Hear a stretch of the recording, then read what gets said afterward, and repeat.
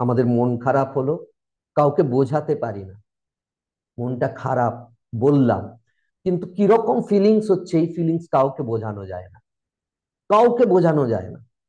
কাউকে বললেও, শেয়ার করলেও সামান্যখানি সিম্প্যাথি হয়তো আমরা পেতে পারি, কিন্তু এক্স্যাক্টলি আমাদের মনে কি চলছে, একজন স্ট্রেস ডিপ্রেশনে থাকলে, ওসিডিতে যিনি ভুগছেন, তার মনের ভেতর কি চলছে, যাকে তার প্রেমিক বা প্রেমিকা ছেড়ে চলে গেছেন, তার মনের ভেতর কি চলছে, যার ফাইন্যান্সিয়াল স্ট্রাগলের মধ্যে আছেন যিনি, তিনি কি ডিপ্রেশনে আছেন, কোন স্ট্রেসে আছেন, যিনি বসের কাছে বকা খেয়ে এসছেন, তিনি কি পরিস্থিতিতে আছেন, আমরা কেউ বুঝতে পারি?